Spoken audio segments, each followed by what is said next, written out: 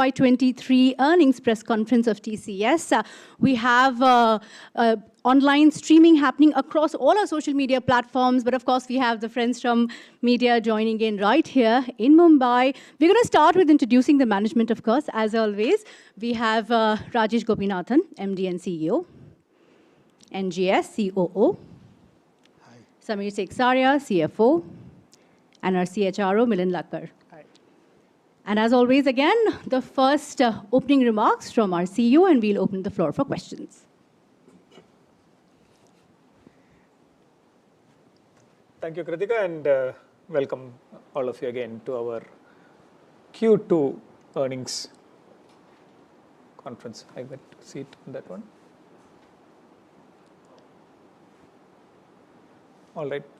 So we have closed Q2 on a strong note with constant currency earnings growth of 4.4% on a quarter-on-quarter sequential quarter basis and 15.4% on a year-on-year basis.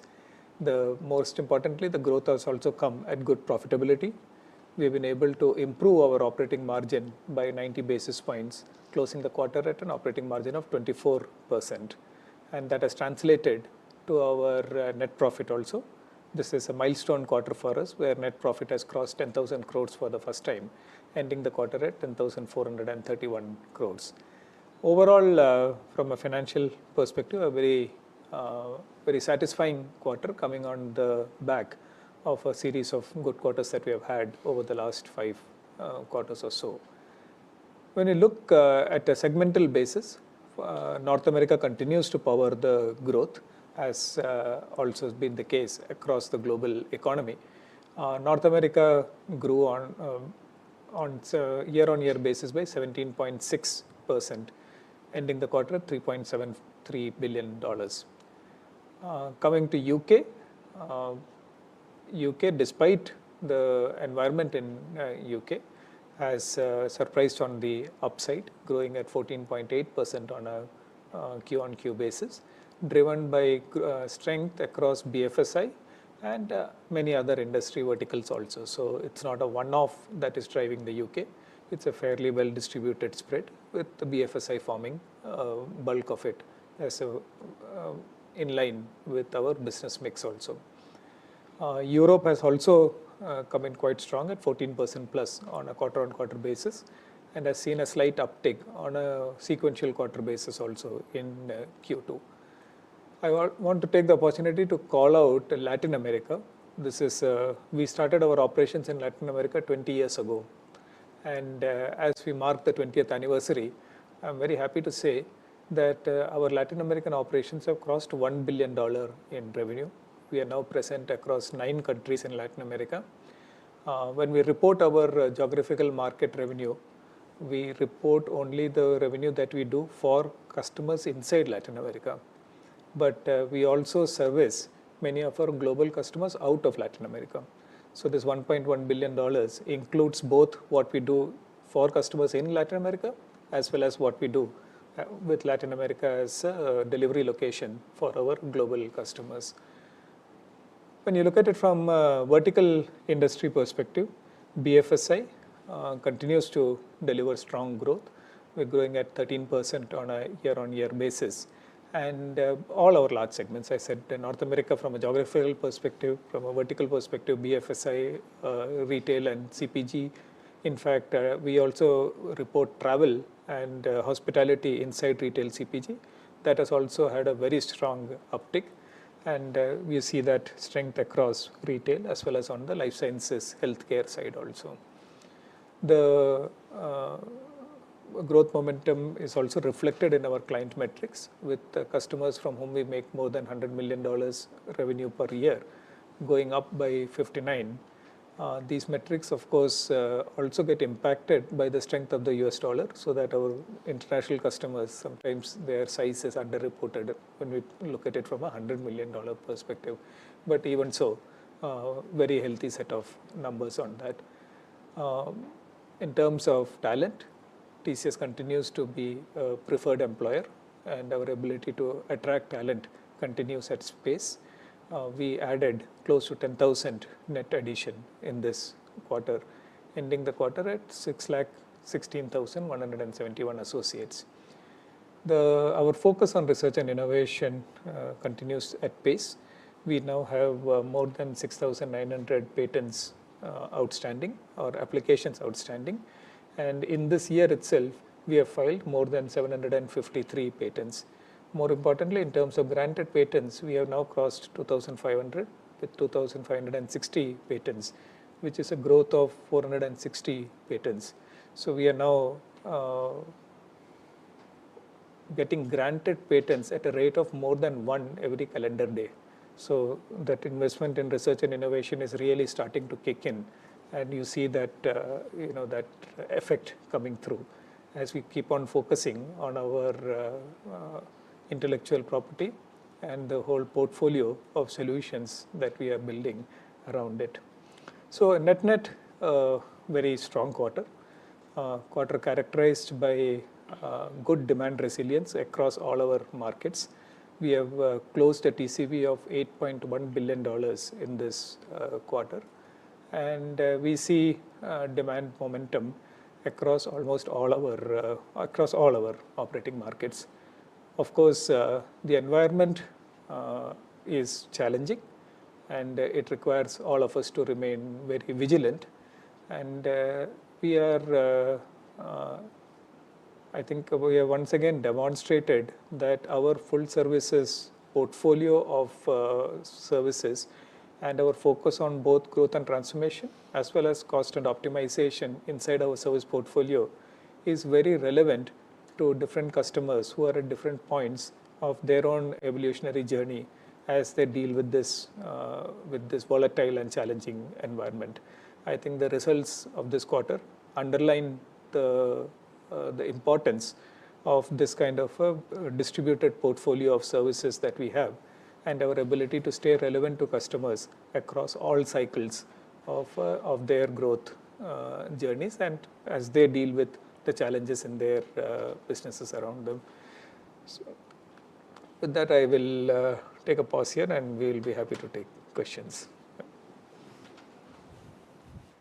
Thank you, Rajesh. So as always, we'll first take questions from the journalists that are joining in person, pardon me. We have journalists joining online, so either they can join online or we'll be happy to take your questions as well, but after we are done with the in-person questions. So let's start with Anisha Jain from ET Now. Thanks, Ritika. Hi, gentlemen. This is Anisha Jain from ET Now. First up, Rajesh, help us understand the disconnect that we are seeing in terms of the global headlines and macro indicators pointing to a recession. And not only that, even a lot of corporates are talking about cautionary headwinds versus your comment coming in that demand for your services continue to be very strong. Are you then expecting no sort of slowdown in client spends come Jan 2022-2023?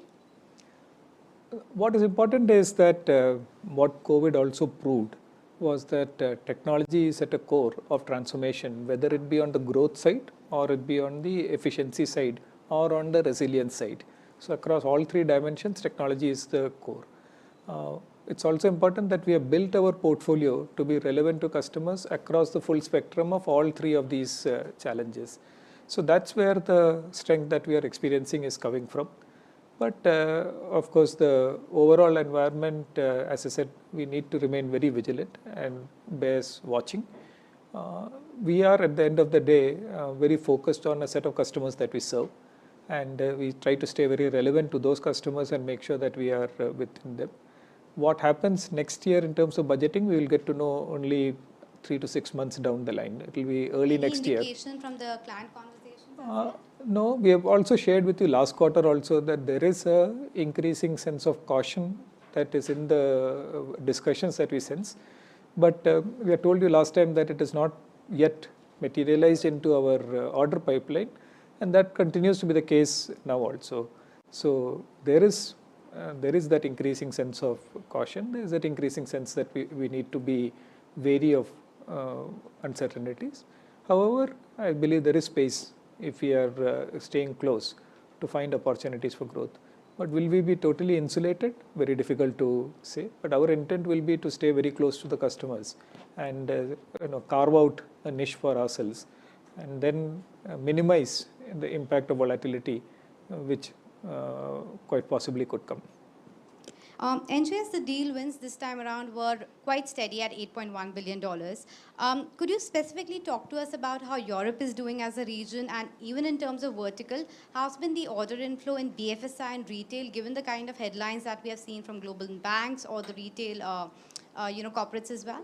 I think overall the demand environment, as Rajesh mentioned, is quite good and across geographies and as well as vertical segments. But there are some softnesses that it is to be expected that especially when it comes to the question of long-term deals, long-term decision making. It's only natural to expect certain amount of softness given the overall macro environment. And Europe, much of the focus is right now on looking at how this winter is going to be, right? So I think it's safer to expect certain amount of softness. But as Rajesh articulated, we have the products and services, for the customer journeys, in terms of, whether it's a tough market environment where they will focus on resiliency and cost and optimization, or investing in growth and transformation executions. So are you maintaining the $7 to $9 billion quarterly run rate sort of guidance that you had given in terms of deal wins? We do not see any reason to change that kind of a focus, right? I think we would like to win more. That'll be great. We are looking forward to that. Yeah. But you know what, Samir? This time around, we have definitely seen the margin improvement, and you've also commented that you're on track to achieve your operating margin target of the year, which was 25% by the end of the year. What gives you that confidence? Because not only the second half of the year is going to be seasonally weak, but then we're also hearing that pricing negotiations are getting a bit more difficult. So what gives you that confidence? So as you rightly said, we'd focus on getting back to 25%. And I think three important parameters is what we'll focus on. One is focusing on operating metrics. So while we had a bunch of parameters helping us this time, I have called out in the quote as well, but utilization still provides an opportunity for optimization. We'd continue to focus on realization as well. We'd also focus on rigor in execution, and once the headwinds which we have been facing specifically on the backfilling cost as well as the attrition starts trending down, we'd expect that to also give us support on margins. Milind, on the headcount front, the obvious question is that from the quarterly run rate of 25,000 plus addition last year, it's fallen down to less than 10,000. And this is despite attrition going up to 21.5% thereabouts. Is the demand coming in from the business at less? I think if you look at what we have done in last year and we have done in the last 2 quarters. If you look at last year, we have hired 119,000 people from the campus. In the last 2 quarters, we have hired 35,000 freshers from the campus. The entire last 6 to 9 months, we have actually invested in organic talent development of these people, coupled with some additions from the market. Is what is so bringing all of that talent to make them productive talent, and whatever is the gap, we bring it from the market is what is driving this quarter's growth, and the future growth will also be like that. Are you on track for that 40,000 fresher addition for the year, or are you looking at retracing that a tad bit? So we have already done 35,000 in the first 2 quarters. Okay. So we will be adding another maybe 10 to 12,000 more, and at least in this coming year. Let's please stick to 2 questions. We won't be able to take everyone otherwise. Rima Tendulkar, CNBC TV 18. Good evening, gentlemen, and congratulations. Rajesh, first question is, Q3, will the furloughs be similar to what we've seen in the past? Or given the challenging operating environment for clients, as you outlined, could it be a little more this time? And also one clarification on constant currency. Is it 4.4 or is it 4% quarter on quarter? 4.0, so 4%. Okay, sorry. 4%, right? yeah. Not yeah. okay. Oh. I think from an operating environment perspective, on the furlough side, very difficult to call because those calls are taken, by customers also quite late in the quarter. But I don't think it's likely to be significantly different. So it also varies by industry. Banking, tech has done well this quarter. So to that extent, tech is bouncing back, whereas tech is typically a very high furlough industry. So we'll have to wait. CMT has done well. That's again one of those ones. So we'll have to wait and see how it pans out. No early indication to say that furloughs will be higher or lower this quarter. NGS BFSI growth at 13.1% is lower than the company average. Any particular reason for that? And also on deal wins, either Rajesh or NGS. I think last time the large deal wins were 2 in the 400 million bracket. Could you tell us that in this overall win of 8.1, what's been the breakup of large as well as the others? And if you could give us some size. And Samir, 25% by Q4. Is there any other target that you've set in mind? And if you could also give us a breakup of the currency and the utilization, realization, and even on price increases. What has been the conversation? Have you managed to get some price increases? And Milind, one final question. I hope all of you remember because I've forgotten my question. Milind, 40,000 was the target, 35 is done. So do you think you may need to exceed your fresher hiring target? And by how much can attrition moderate from here on? You're expecting it to come down, but by how much? Thank you. Okay. Brilliant. I think, as far as BFSI is concerned, I think the growth of 13.1% comes on top of a very strong quarter we had last in Q1, right? I think that has to be factored in. We are quite happy in terms of the engagements that we have with our clients, as well as the kind of opportunities that we see in the pipeline. There are certain segments of banking financial services are a bit soft and for example, the insurance side of it, especially in the property and casualty segment, right? Given that the semiconductor industry shortage, this, that, etc., car productions are lower. In that context, the PNC firms are tightening themselves a bit. So there are certain areas of softness that we see, but overall, the kind of opportunities that we see, the kind of engagements that we have across major markets as well as emerging markets, we are happy with the growth that we have achieved in this particular quarter for banking financial services.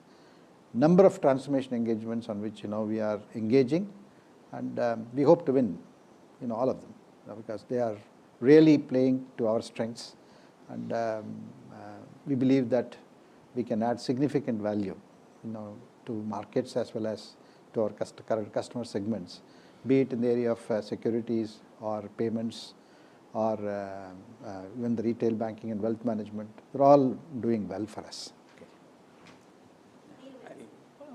Deal wins, not much of a difference. So we don't have any mega wins. Largest one is in that range of 400 million, and we have a few in that plus minus range. So deal wins are they are large, but nothing above 500 million per se to call out. So well distributed, good spectrum across markets and across industries also. So our priority is to get to 25%. And then once we get there, we'd like to get closer to our comfort band, our guiding beacon of 26 to 28. For this quarter, the breakup of margins, so 90 basis points improvement came in from 50 basis points from currency, and that is on account of rupee depreciating against the dollar, offset by extreme cross-currency movements in GBP and Euro. We had an impact of 20 basis points coming in from higher discretionary expenses, mainly discretionary expenses, facility expenses inching up a bit given return back to office.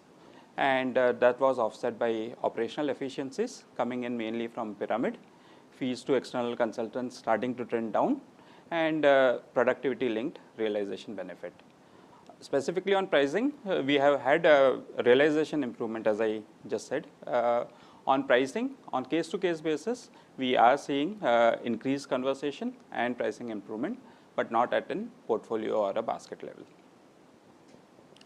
So regarding trainees, 35,000 already in, as you know, 10 to 12,000 pipeline is there, definitely there. Do we need more? I think we'll decide as the time goes by, in Q3 and beyond. Regarding attrition, LTM, the way it gets calculated, the number will not come down significantly. LTM number, quarterly number will come down exactly by how much? Difficult to say at this time.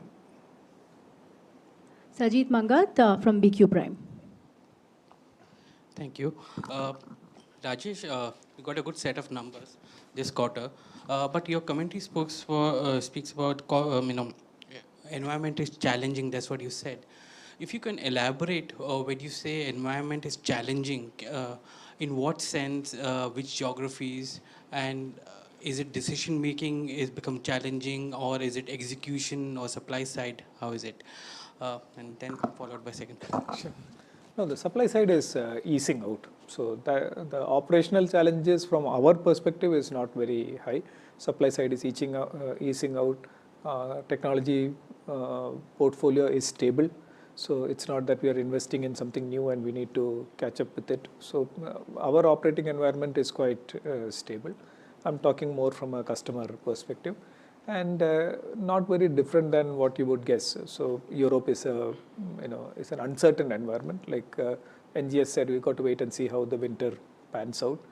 Will there be production cuts? If there are production cuts, that will roll across multiple industries.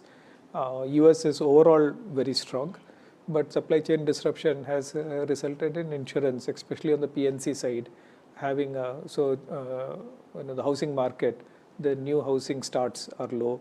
Refinancing is low, so mortgage insurance tends to become low. New car buying is down, so that auto insurance starts to see that. So these are small niggling things that are coming through. UK, with everything that is going on there, very difficult to call. I mean, we are doing very well. Pipeline order closer was very good. Growth is very good, but obviously we need to be a bit cautious about what that medium term looks like. So that's what we meant. But having said all of that, as I said, in any of these scenarios, technology is at the core of that solution set. So what is critical is for us to stay very close to the customer and deal with that customer's specific situation. We are not trying to take a top-down call on the market. We are taking a very balanced view that these are the customers, we have a trusted relationship with them, we enjoy a fair amount of credibility, and we have the ability to see them through that whole phase. So we're quite confident about the strength of our relationships, even though the overall environment might be challenging. NG, you spoke about good UK and Europe in Q2. At the beginning of Q2, you were a little circumspect how Europe and UK would do, and they have done well.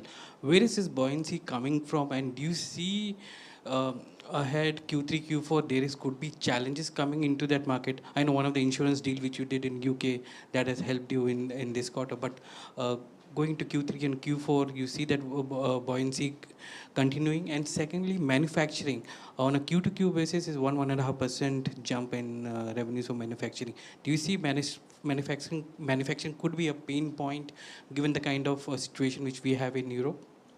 Overall, I think we are executing well in Europe as well as UK. All the deals that we secured in the previous quarters, whether it is in the banking financial services or in pharmaceuticals or in manufacturing segment, we are executing well, and that's the key thing, right? The 2.3 million policies that we have migrated in a single go, and so it's all coming back to shape, in terms of making sure that we deliver on time, we execute it on time with good quality, all of that, right? So that contributes to naturally revenue and everything else. In terms of the deal pipeline is also broad based. As we said, look, it's not that I can't say that we are winning only in banking financial services or we are winning only in this thing. It's fairly broad based. So there's $8.1 billion of order book during this quarter consists of several small deals, right? It's medium-sized deals rather than any one single large deal, as Rajesh pointed out. It's very difficult to say where this, whether this momentum will continue for next quarter. In terms of deal closures, I expect some softness, right, the way I see it.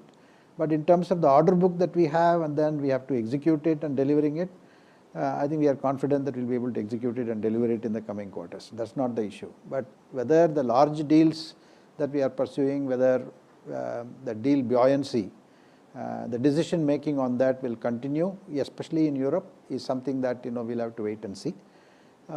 Next is that in terms of the budget cycle, most of our clients are getting into the budget cycle in this quarter. We've had some conversations, but then we'll have to wait and see how that pans out. And probably in come January, we will have some more visibility on how they are thinking about budgets for the next financial year and so on and so on. And I think I'll be able to share more insights into some of this in January.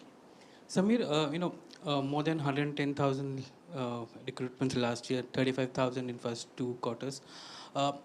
How is it going to play out for your cost of subcontracting? Will it come down significantly for you going into the second half?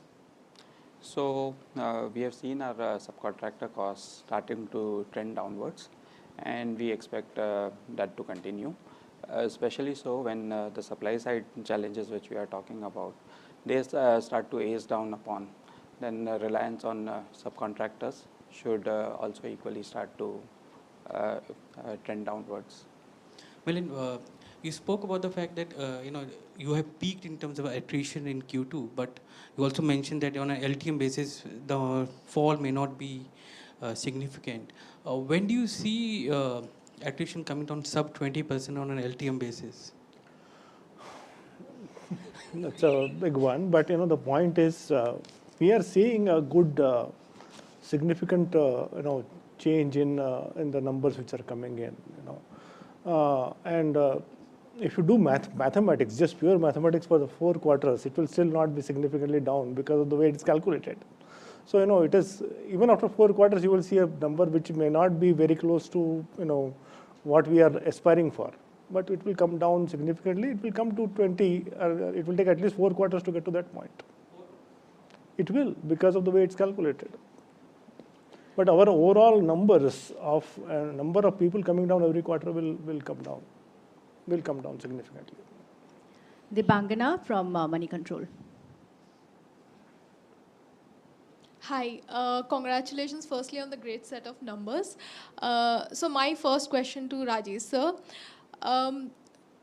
we have, I wanted to first ask about 5G has launched this month. So what are TCS's plans around that, and how do you plan to capitalize the opportunity? I'll defer to the expert on 5G. Let the NGS take that. No such pretensions, but I'll take that question anyway. But no, it's 5G is a great opportunity, no doubt about it. I think it has the potential to be leveraged by every business, in that sense that telecom will increasingly become a horizontal on which every verticals will start to develop benefits and efficiencies, right? In manufacturing, it could be the Industry 4.0 kind of principles can actually become a reality, right? Yes, you would need the applications. Yes, you would need a private network so that you could connect internally as well as you could connect meaningfully with the ecosystem that you are building. So we are looking at all those opportunities. Okay, so both on the telco side in terms of managing a very efficient network, for example, which is something that we have always done to many customers, with 5G and rolling out 5G, coexistence with 4G and handoffs between 4G, 2G, 3G, 5G, all of that, and then providing the necessary finesse for the consumers, the experience that they are looking for, means that there will be a significant amount of innovation that is possible, significant amount of applications that is possible, whether it is life sciences, healthcare, education, agriculture and farming. In each one of these verticals, the opportunity to innovate is huge. We are quite focused on some of this, and digital farming is something that we have taken up in a big way.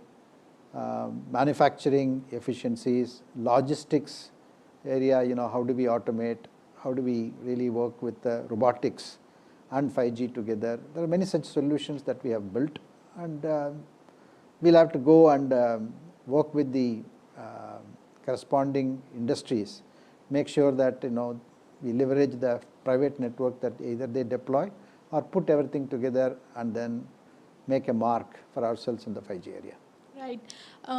Another just had a follow-up, separate question. Currency volatility situation is worsening right now. In terms of talks with the clients, because client companies globally have gotten affected, so are you seeing demand increase in terms of pricing discounts on deals right now? We don't see that. We see pricing to be stable, and on the other hand, in some of these new deals that we are winning, especially on digital technologies, on cloud transformations, etc., we are able to charge a premium where it is appropriate. But overall, I think we see a very stable pricing environment at this stage. Right. Could you shed some light on the pricing difference in terms of digital deals and something like more of a traditional deals? It's hard to do that because most of our customers, if you really look at it, we have long-term relationships with them. Number one. Number two is that it's a certain opportunity. The opportunity is not this or that. It's a combination of everything, right? So every deal, at some point in time, I said that look, everything that we do will become digital because there is an element of digital technology which will always be there.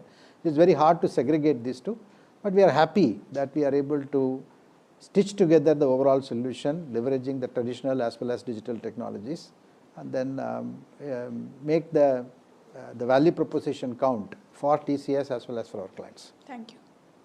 Harshada Sawant, CNBC Awaaz. Catching on the digital transformation deals, when you say you are witnessing premium pricing, so is there scope of further pricing increasing in the digital transformation deals? Also, how much of it is actually being driven by cloud ERP? Where is the growth in the services market at this point in time? On Europe, I wanted to understand from you, Rajesh, you said, like NGS pointed out, we'll have to wait and watch as to how this winter pans out. What has led to this particular growth? Because most people were actually anticipating that this quarter is going to be a washout for Europe and UK, and you've shown phenomenal growth there, nearly 15%. Finally, Milind, I'm sorry, Samir, I have no questions. Everyone asked you everything about margins, so I'll keep a couple aside for tomorrow. I want to understand, Milind, from you, have you asked all your employees to come back to office? And I also want to comment on what all peers are talking about moonlighting. Is that a concern for TCS?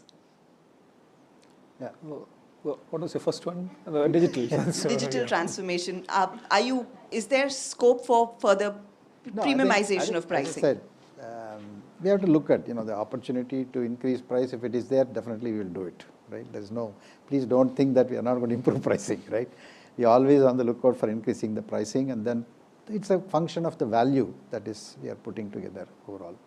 But we'll have to be sensitive to the customer situation and the market situation and see what is the best way to structure the deal, both technically and commercially. I think that's what we are doing. You want to take the... See, Harshada, the deal flow is very, distributed. So if you look at Europe and UK, you have deals both on the optimization side as well as on transformation part. So some of the very interesting stuff that we are doing there, for example, utilities is going through a massive transformation. We are doing some very good work in France for utilities to allow, actually for the utilities regulator to allow for rapid switching or allowing consumers the ability to switch providers, which used to take 2 weeks down to a day, and building that market infrastructure required for making that switch available. Actually, that we did it in the UK market. Similarly, in the European market, we are doing we are actually allowing a utility provider to move from being just a commodity supplier to actually try to offer smart home solutions, and with a longer term view of them wanting to actually offer insurance on the appliances. Similarly, there is corporate restructuring going on. There are companies one of our large customers, a very well-known brand, is divesting its domestic appliances business and is standing that up. So it will become a healthcare company and a domestic appliances company. We are helping them go through that separation. So there are many such, targeted deals that are happening. There are also optimization deals. One of the large banking customers in UK is going through a complete portfolio reset, which is leveraging cloud as a transformation fabric. But rather than look at cloud just as a capex to opex kind of a transfer, they're using this opportunity to relook at their operating model and to transfer that operating model. Same thing for a CPG customer out of Central Europe. We are actually helping them stand together what we call a vertical operating model, where technology and operations becomes very tightly linked to business, so that they're able to take a end-to-end view of it. So it's not a 0-1 kind of a situation. There are opportunities, but opportunities are granular, and our spread across this market allows us to participate in these opportunities. But given the environment, the reason we are cautious is that you don't know, as like NGS said, whether the pipeline will translate on an ongoing basis for the next 1 or 2 quarters. That we need to be watchful.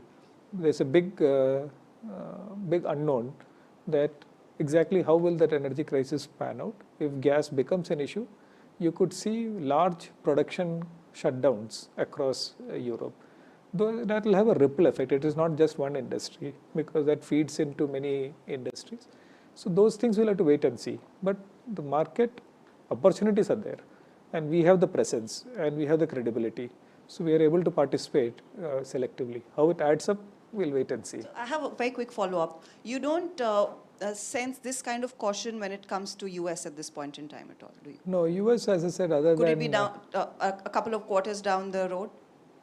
Might be some amount of discretionary retail is starting to show some amount of froth is coming off it a bit, but regular retail volumes are holding up. What you're seeing is that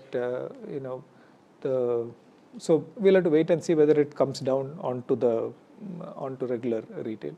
Auto actually in US is doing very well. Manufacturing in US is doing very well.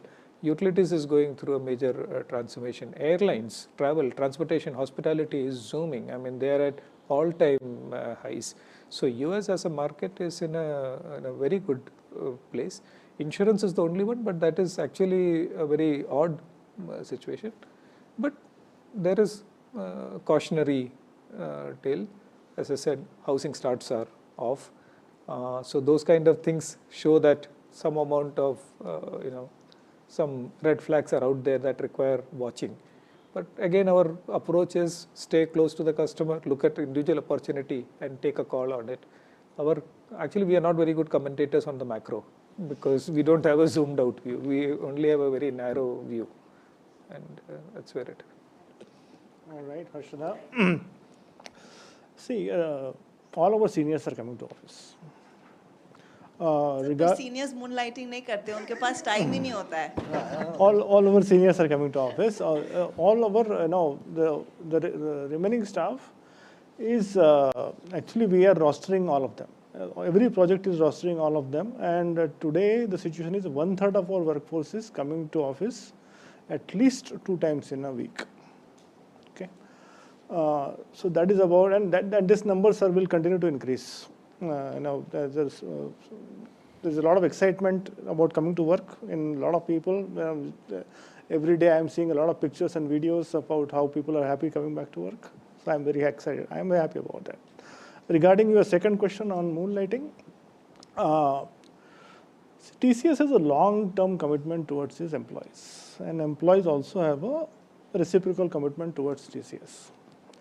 Moonlighting, we believe, is an ethical issue, and it's against our TCS core values and culture in general. I'm not talking about IT industry as a whole. I'm talking about TCS here. So IT industry has adopted different models, and but our position today, as of today, is this: that this is how we believe moonlighting has to be seen by our people. Sajid will take No, it. on a lighter note, yesterday was a full moon day, very auspicious day. I saw, number of TCSers, including me, on the lawns, really enjoying that work. Okay. Next question from Ekta Surizi Business. Sir अभी आप moonlighting के बारे में बता रहे थे, तो क्या सरकार भी कह रही है कि मूनलाइटिंग आजकल हाइब्रिड मॉडल हो रहा है, so it adds more skill value to an employee's portfolio, तो उस केस में क्या आने वाले समय में भी हम देख सकते हैं कि मूनलाइटिंग एक्सेप्टेबल होगा या नहीं होगा? देखेंगे हम आगे। ऐसा नहीं कि आगे फ्यूचर ऑफ वर्क में क्या क्या डिफरेंट डायमेंशंस आएगी, उसमें ये भी आएगा, और उस टाइम देखेंगे किस तरह से इसको अडॉप्ट किया जाए आगे जाके। बट अभी मैंने जो बताया अभी, this is our current position. Ashish from PTI. Thank you so much. So just to follow up on that question, so is it fair to understand that there is nothing codified right now? You are leaving it to the employee and like basically rather to self-regulate rather than pushing something from top down. And Sajid's question, if it is not the case, then has some action been taken? Okay, we actually have been communicating about this, that this is what I just told you is what I'm communicating to them, and they know it reasonably well. Action taken? No, there's no action taken so far. What is the other question you had? Has it been codified? As in the See, sense, I think codification, what does it mean by codification? Codification, if somebody gets another job and we come through systems, other systems, that is the only way for the organization to know if something has happened. Whether it is codified in our employment contract. It is codified in our employment contract that you're not allowed to work on for any other organization. So, to that. Yeah. At the end.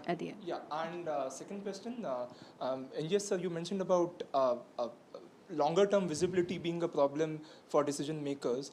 We have been seeing that from a highs of $2 billion single deal, it coming down to 500 million now. So is it fair to assume that, okay, till the time that these difficulties continue on the macroeconomic front, you will have difficulties from a big deal perspective, because decision making from a longer terms, sort of bigger deals becomes difficult? No, it's hard to say that, but then all I'm saying is that in Europe specifically, commitment on long-term deals is something that softening, right? That's what I mentioned. But having said that, look, we're still working on large opportunities. But the key thing is to see that, look, we have been able to score $8.1 billion in this quarter as a combination of medium, small, large. Very large deals are not there in this, but we are happy that the portfolio of opportunities that we are dealing with and the diversity that we have in our portfolio enables us to stay relevant and win those deals, right? That's very important for us, that with the book-to-bill ratio of, let's say, 1.2, we are quite comfortable in terms of the pipeline that we are seeing across the globe, right? Ramata Mazumdar, Economic Times. Hi. I think since most of the questions have been asked already, if we could drill down a little on the fact that, deals are smaller. Is there a change in the kind of outcome, duration, delivery models that clients are discussing with you, especially, of course, in retail and manufacturing, where customers are beginning to see some areas of concerns? Are there, any kind of changes in what they expect or by when they expect from these deals? And another thing, just, because we have previously touched upon the fact that there were improvements, pricing improvements in pockets. You already mentioned that digital deals are coming in at a better price, but just overall, if we look at renewals, are we seeing a larger share than maybe where we were at Q1 when it comes to better pricing, especially for renewals? I think the deal size, see, we have always maintained that the mega deals, the $500 million, $1 billion deal, these are very difficult to predict. These come in fairly uncertain frequency. What we're seeing on the deal pipeline is not very significantly different from our long-term averages.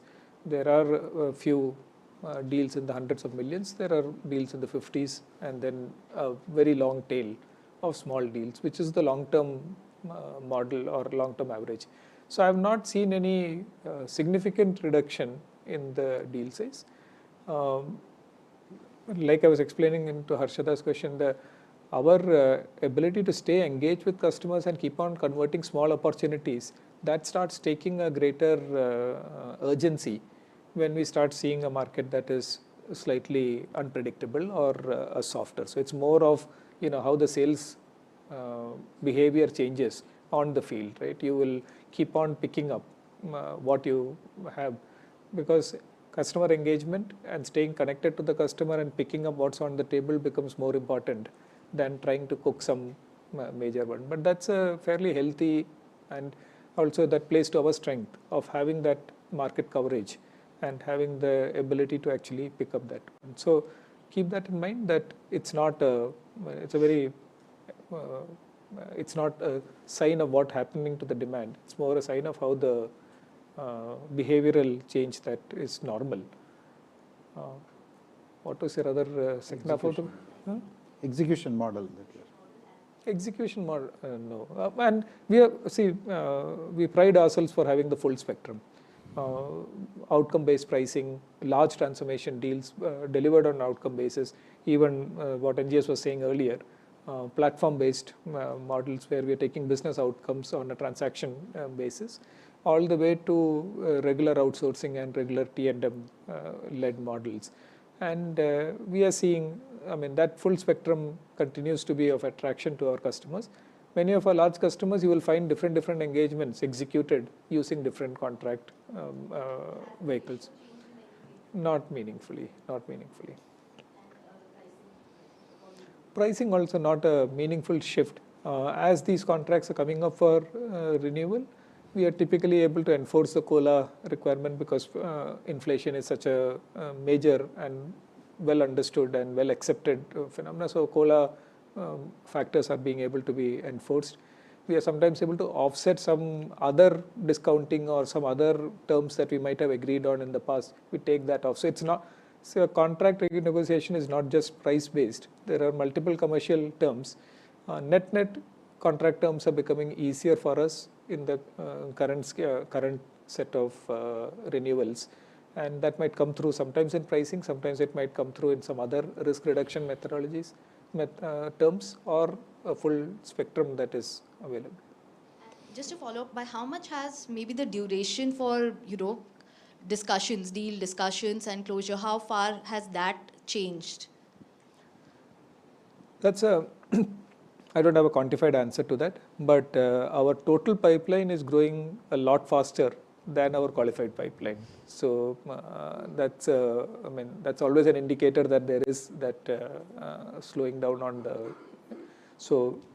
But the total pipeline is growing quite fast as we expand our portfolio of services, as we keep on looking out for new opportunities, translating down to qualified pipe and then translating down to actual contract signings. You see that slow increase happening. Nothing dramatic, but you can see that elongation of the pipeline in play. Shivani Shinde, Business Standard. Hi, gentlemen. Congratulations on a good set of numbers. As Romita said, just drilling down on a few more points. How much, Rajesh, this is for you, how much of this new organization structure, the impact that we are seeing in numbers, how much of that is responsible? If we were to start with that. Shivani, we're just into the second quarter of the new org structure.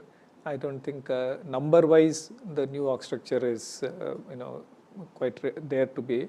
But having said that, the numbers are good. So we'll take that here, but I don't think it's the structure that is playing down to the numbers so soon. That would be something that we would expect by next year. But overall, the structure is going in quite smoothly. We are seeing our ability to increase our relevance to our larger customers increasing, as well as greater focus on cross-sell into our existing customer base. And the strength that we are seeing in the performance is an indicator that at least it is not going downhill. So whether it is starting to positively impact, we will get to know in a year or so. NGS, this one is for you. So we've heard from the SaaS players things aren't moving too well. Platform has been a big play for TCS, where the model is similar to SaaS. What's the kind of picture you see there? Overall, I think platform business is doing very well for us this quarter, especially. We have made a good number of customers live, and by default, everything goes only in a SaaS model. Nobody wants a platform and give me the product on premise, and then those days are gone. It's only on a SaaS model based pricing is what is the aspect. Almost all our platforms are operating today on a cloud. Very rarely somebody is asking, give me this on my my own data center. Everything is run on a TCS cloud or a hyperscaler cloud. I think we are happy with what we are seeing in the marketplace, and we have the tools, pricing power, and because the good thing about is this, you negotiate a good transaction-based pricing, then as their business grows, then we also are able to make some money. So overall, I think we are happy with where we are. And the India, I think, 16.7%. Do we see that, or this is happening in the next few quarters as well, or this is this quarter phenomena? India is the regional markets and is a volatile, as we always called out. So it's let's hope that this continues, right? Okay. Final one to Samir. Milind, I will ask you some questions later. Samir, so cross-currency headwinds are there, especially in the other, GBP and other. Do we see any significant impact in terms of your hedging policy? Because though rupee dollar is looking good, other currencies aren't. We have a very consistent and stable hedging policy, and we continue to stick to that irrespective of volatilities, and that's what helps us in the long run. Our hedging policy is to hedge 2 quarters forward. All right, Lala Tindu Mishra from The Hindu. Almost all questions have been asked. So you said you have completed 20 years in Latin America and crossed 1 billion. Is there a comparison between the SAARC countries and Latin America, if you can throw some light? Because comparing with India is a bit unfair. Thank you. It's a good question. Actually, we are not very big in the SAARC countries. In fact, we hardly have any presence compared to what we are in Latin America. As I said, I've not thought about it from a SAARC versus LATAM. Good question. Don't have an answer. Rosuke Hanada from Nikkei. But Latin America has, in terms of large companies, almost in every industry, for the size of that economy, actually they have very large companies. Telecom, manufacturing, utilities, banks, very, very large cross-market companies exist. And some of them like Cemex and all globally big. So the total size of that economy is quite significant. But yeah, SAARC versus LATAM, I don't think we have done that comparison. Hanada-san? Yes. Okay. I would like to ask 2 questions. And the first question is related to group synergy and collaboration. Recently, Air India has back into the Tata Group. And as the same group company, does TCS plan to contribute to their reform plan? We are very large providers, probably among the largest, if not the largest providers in the airline industry. So we work across all major airlines globally. And to that extent, we are leveraging our domain expertise to help the multiple airlines in the group.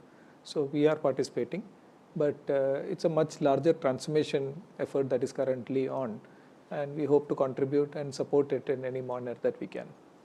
Thank you. And the second question is regarding the Russian-Ukraine war. And I understand that the TCS doesn't currently operate direct business in Russia, but are there any direct or indirect impact on the its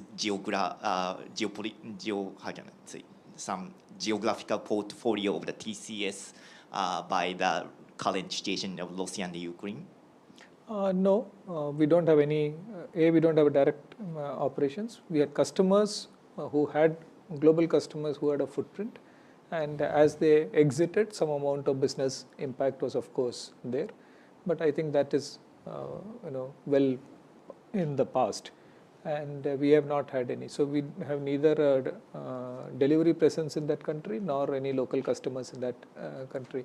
So we have been thankfully, touch wood, isolated from the turmoils that happened in those markets.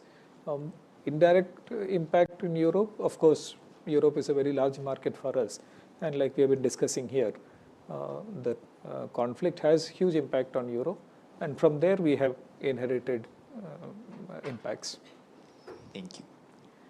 We have 2 questions from the journalists that are watching the live stream. So for NGS, Joshelle Mendonca from ET Prime has asked, given the pace of patent grants, could you give color on how TCS monitors and measures the value derived from the patents, and how is the success of the R&D program determined? No, I think we are extremely focused on, let's say, filing patents. Anything that is creatively we have done. We are encouraging our employees to recognize that and then keep filing patents. Okay, I think we are, the pace at which the patents are getting filed, we are quite happy. And even during the current situation where many employees of ours are working remotely, we are happy that the pace of innovation and the pace of creativity, that the kind of code that has or the ideas that gets patented is continued, which is, we are quite happy with it. Many of these are coming out of the solutions that we are creating for our customers. Sometimes these patents are also jointly filed between us as innovators and some of the customers as collaborators with that. Some of these patents are all getting embedded into our products and our solutions, which actually contributes when that such an innovation comes in. For example, if you take our Optumera product, it's a preferred choice amongst all the retailers today.